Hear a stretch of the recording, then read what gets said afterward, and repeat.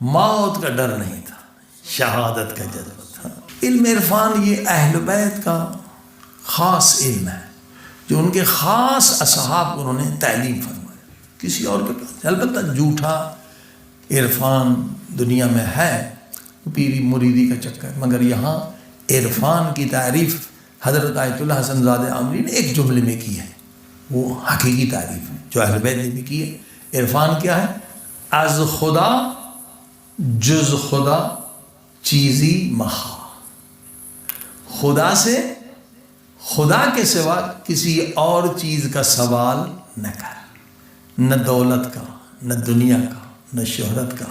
اگر خدا سے سوال کر تو اس کی محبت کا سوال کر۔ یہ عرفان، یہ پیری مریدی والا جو سلسلہ چلتا ہے پاکستان انڈیا میں، وہ عرفان نقلی ہے، جھوٹا ہے۔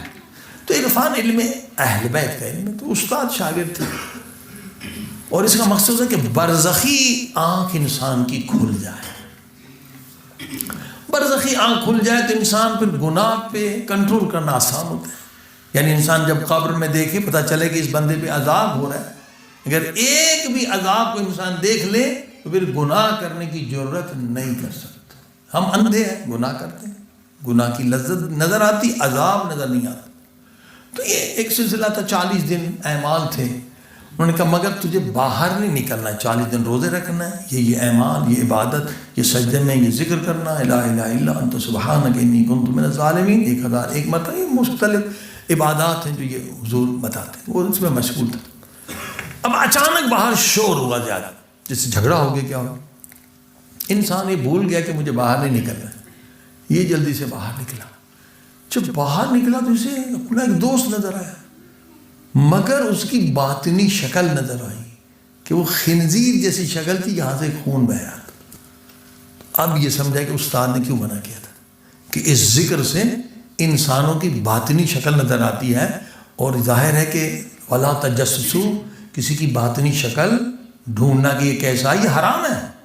ہمیں اپنی اصلاح کرنی ہے نا، اس کی قبر میں نہیں جانا۔ خود آیت اللہ علیہ بہجت کہتے ہیں کہ وہ اکثر ان کو لوگوں کی اصلی شکل نظر آتی تھی، کم دیکھتے تھے، ہمیشہ سر جھکا، انہیں تکلیف ہوتی تھی، ان کا ذکر بھی یا ستار مجھے مت دکھا مت دکھا، تکلیف ہوتی کہ مومن ہے مگر اندر میں باطن میں خنزیر ہے، حیوان ہے، بھیڑی ہے۔ تو کہا یہ تو مجھ سے غلطی ہو گئی، لیکن دیکھو تو صحیح کہ یہ سور کی شکل میں کیوں ہو رہا ہے۔ جا کے اسے تھا بھی ظاہراً مومن تھا، قسم دی کہ تجھے خون امام حسین کی قسم، بتا تم اس وقت کس ارادے سے جا رہے؟ وہ بھی ڈر گیا، نہیں بتایا کہ تم مجھے خنزیر نظر آ رہا ہے۔ کہا کہ آپ نے بڑی قسم دی، مجھے اس میں شیطان نے بھٹکا ہے، بیچاروں ایک مومن سے فراڈ کرنے، دھوکہ کر کے اتنا پیسہ کما۔ تو اب یہ سمجھا کہ جب انسان کسی مومن سے، کسی انسان سے خیانت کرتا ہے، اس کا باطن خنزیر جیسا نجس ہوتا ہے، تو کہ اس کو ہدایت دوں۔ کہ تو یار مومن ہو کہ مومن کو دھوکہ دے رہے؟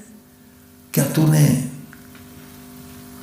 امام زین العابدین علیہ السلام کا یہ فرمان نہیں سنا؟ صلوات پڑھ دے محمد۔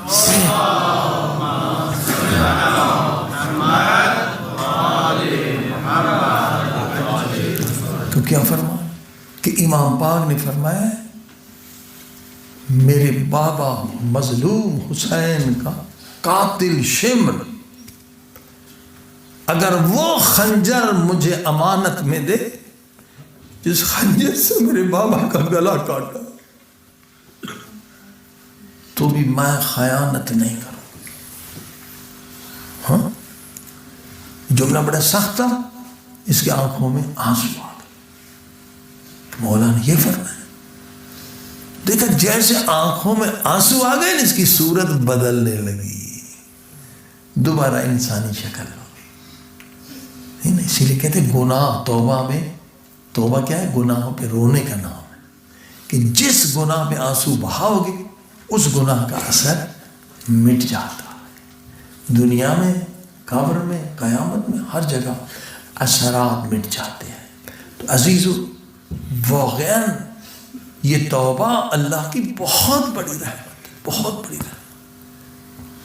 اللہ پاک نے کسی کے لیے توبہ کا دروازہ بند نہیں کیا، جب تک ہم زندہ ہیں توبہ کا دروازہ کھلا ہے۔ اسی لیے امام خمینی کے استاد آیت ملکی تبریزی ان کی قبر سے بھی فیض لیا کریں. قبر یہیں پر ہے. شیخین معقوبینی کے استاد ہیں. یعنی 11 مرتبہ جا کے سورہ قل واللہ احد پڑھیں اور الحمد کے ساتھ آپ کی حاجت پوری ہو جاتی. یہ کئی لوگوں نے آزمایا ہے. یعنی قبروں میں بھی ان اولیاء خدا کی بڑی طاقت ہے. ایک قبر جو ہے ہم نے خود بھی آزمائی کہ اولیاء خدا یہاں دفن ہے. اقامے کا مسئلہ ہے, اور مسئلہ ہے, جتنی بھی مشکلات اقتصادی آپ حل کر سکتے ہیں. اولیاء آیت اللہ کشمیری, ہاں جی, وہ بھی آیت اللہ سید علی قاضی کی شاگرد ہیں, آیت اللہ بہجت کے استاد تھے. ان کی قبر بھی حرم پاک کے اندر ہے. ہمیں نا علامہ طباطبائی کی قبر کے ساتھ لکھا ہوا ہے آیت اللہ کشمیری. یہ بھی آزمایا ہے. ان کی قبر پہ شب جمعہ آپ جا کے 100 مرتبہ سورہ نازلہ ہدیہ کریں, دیکھیے کیا معجزہ ہوتا ہے. خود ہم نے دیکھا. وہ یہ بزرگ زندہ ہیں, وہ چیز آپ سوچ نہیں سکتے آپ کو عطا کریں گے. یہ بڑے اولیاء خدا ہیں. یا اگر کوئی حاجت ہے نا آپ کی, تو ایک مرتبہ سورہ الحمد 11 مرتبہ سورہ قل واللہ احد پڑھیں کہ جتنے اولیاء خدا قم میں دفن ہیں, مشہد میں دفن ہیں, کربلا اور نجف میں, بس دیکھیے آپ کا کام کتنا جلد ہو جاتا ہے. یہ اولیاء خدا ہے. تو آیت اللہ ملکی تبریزی کہتے تھے کہ جب آپ صبح کو اٹھتے ہیں نا, یہ کام ضرور کیا کریں.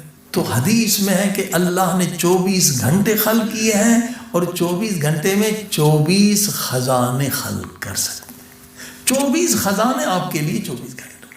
ہاں, اگر برنامے کے ساتھ ہوں تو آپ 24 خزانے حاصل کر سکتے ہیں. اگر برنامہ نہ ہو تو صفر ہے, کچھ بھی حاصل نہیں کر سکتے. ہاں, مثلا آپ معین کریں, ہاں جی, چلتے پھرتے وضو کے ساتھ, اول وضو سلاح المومن, رزق بڑھتا ہے, عقل بڑھتی ہے, جوان تر انسان رہتا ہے, عمر بڑھتی ہے, ہمیشہ وضو میں رہے. اب مثلا آرام سے کر پہ مجھے 1000 مرتبہ آج دن, یہ عادت ہے, آسان ہو جائے. پہلے مشکل ہے, کم پریکٹیکلی کر کے دیکھیں, 2 گھنٹے میں ہو جائے گا. 1000 مرتبہ سورہ قل واللہ احد پڑھنا ہے. کیوں پڑھنا ہے؟ بس اس وقت مومنین بیچارے دبئی میں گرفتار ہیں, اس نیت سے پڑھیں کہ جو بھی جیل میں ہو 1000 مرتبہ تجربہ ہے, قل واللہ پڑھیں, وہ آزاد ہو جاتا. حتیٰ لوگوں کو اوپر قتل کا وہ تھا, خطرہ تھا کہ وہ پھانسی دی جائے گی, جھوٹا ہے الزام, پڑھا الحمدللہ آزاد ہو گئے. 1000 مرتبہ قل واللہ. ہاں, کوئی مومن, مگر نیت کیا ہوگی, میں خود جو شیطان کے جیل میں ہوں, نفس کے, اس سے آزاد ہو جاؤں. 2 گھنٹے کا کام ہے, ہم سمجھتے ہیں, مگر 1000 سورہ قل واللہ احد, یہ آپ کی قبر کا سرمایہ ہے. وہ جو صحابی تھا نا, رسول خدا ننگے پاؤں اس کے جنازے میں چل رہے تھے. رسول خدا آپ ننگے پاؤں, فرمایا اس صحابی کے جنازے میں ہزاروں لاکھوں فرشتے آئے. وہ کیوں؟ کہ یہ قل واللہ احد بہت پڑھتا تھا.